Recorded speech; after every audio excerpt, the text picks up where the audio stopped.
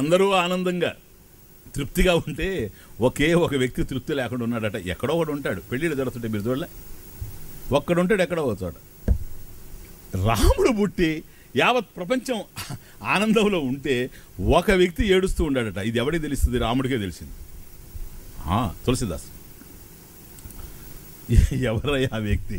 ఏమో. రాముడు తల్లి పక్కనే పడుకున్నట్టుగా అందరికీ దర్శనం అవుతా ఉంది.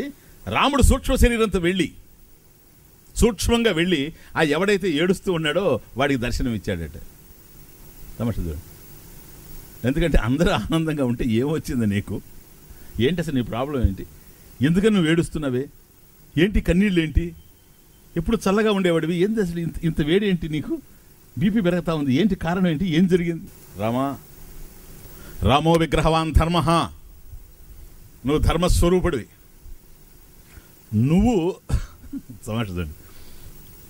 నువ్వు ఆవిర్భవించినటువంటి సమయంలోనే,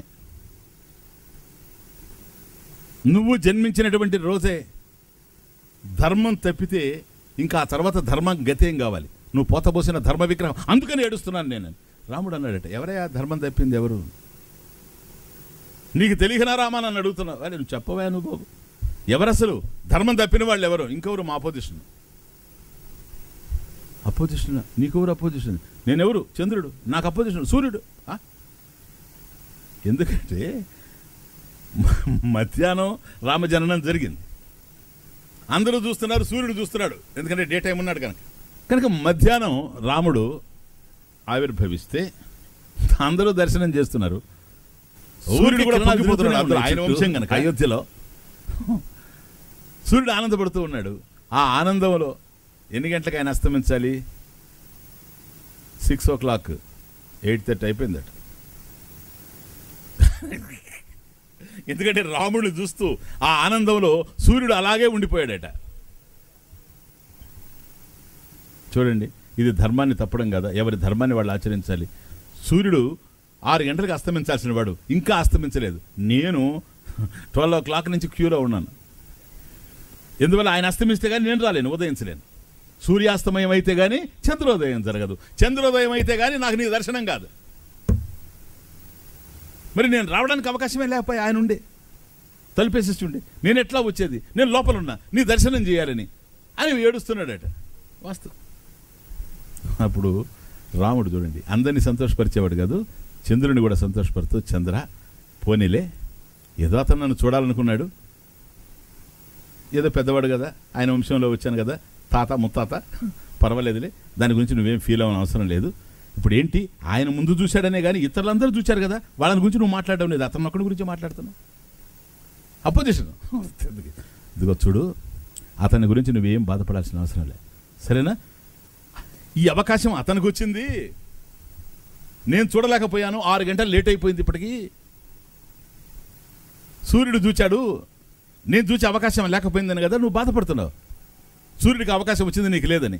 నీకు ఇస్తాను అతనికి లేని అవకాశం అన్నట్టు రాముడు. ఏంటి రామ అన్నాడు.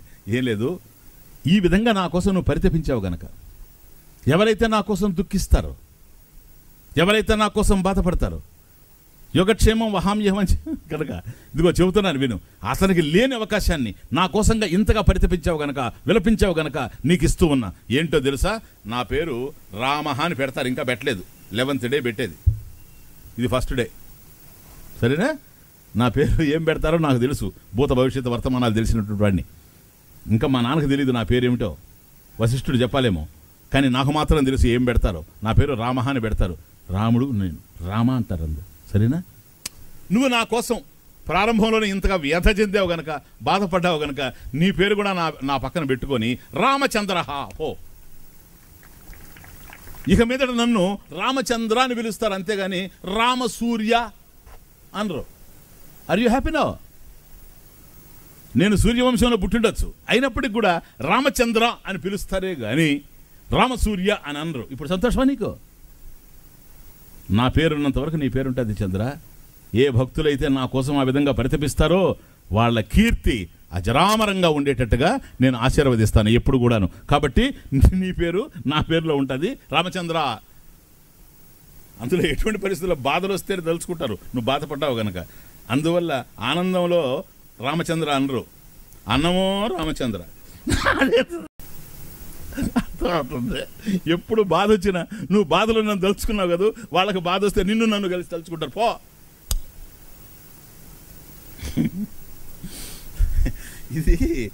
ఇది పిల్లల మనస్తత్వం భగవంతుడి దగ్గర భక్తుడికి. ఇంకా ఏంటి సంతోషంగా లేవే అన్నాడు రాముడు. పర్వాలేదు 50% అన్నాడు. ఇంకేంటి అయినా కూడా ఒకవేళ అది పర్వాలేదు అనుకో, రామచంద్ర అని పిలుస్తారు, నాకు కూడా కొంచెం సంతోషంగానే ఉంది, రామసూర్య అంటారు అది. కానీ ఈరోజు మిస్ అయిపోయింది కదా. చూడండి, ఇది పిల్లల వ్యవహారం భక్తులంటే. అప్పుడు రాముడు అన్నాడట, ఎట్లయ్యా నేను పూర్ణంగా తృప్తిపరిచేవాడినే కానీ, ఎందుకంటే నాలెడ్జ్ కనుక ఎప్పుడు నాలెడ్జ్ పీస్ఫుల్గా అందదు, హాఫ్ నాలెడ్జ్ లేదు, ప్లేట్ మీల్ అనే క్వశ్చనే లేదు సార్, ఫుల్ మీల్. రాముడు అనుగ్రహించాడంటే పూర్ణో భవతి. కనుక నువ్వు మళ్ళీ ఈ విధంగా కొద్దిగా నువ్వు వెలితిగా ఉంటే నేను తిరిగి వెళ్ళలేను. ఇదిగో చెబుతున్నాను విను. ఇప్పుడు నువ్వు చెప్పేది ఏంటి?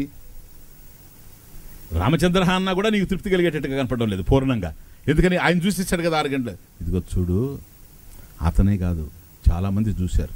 ఇప్పుడు నువ్వెంతగా దుఃఖపడ్డావు కనుక నెక్స్ట్ ఇంకొక అవతారం ఉంది, దీనికన్నా పెద్దది. అమ్మో, అది మహా డేంజరస్. మళ్ళీ ఎత్తుతా, నేనే వస్తా. అదొక అద్భుతమైనటువంటి అవతారం. అర్థమవుతుంది. అప్పుడు ఎవ్వరూ చూడకుండా, సూర్యుడు కూడా చూడకుండా నువ్వు ఒక్కడే చూసేటట్టుగా వస్తా. ఓకే. అందువల్ల రాత్రి 12 గంటలకు వచ్చాడు తులసిదాస్. కానీ తులసిదాస్ ఎంతవరకు అంటే తమాషా, రాముడేమో తిరిగి వెళ్ళిపోయాడు, కానీ చంద్రలోకం నుండి సూర్యుడు మాత్రం 1 month అస్తమించలేదని రాశాడు. లైక్, షేర్ అండ్ సబ్స్క్రైబ్ చేయండి. Thank you.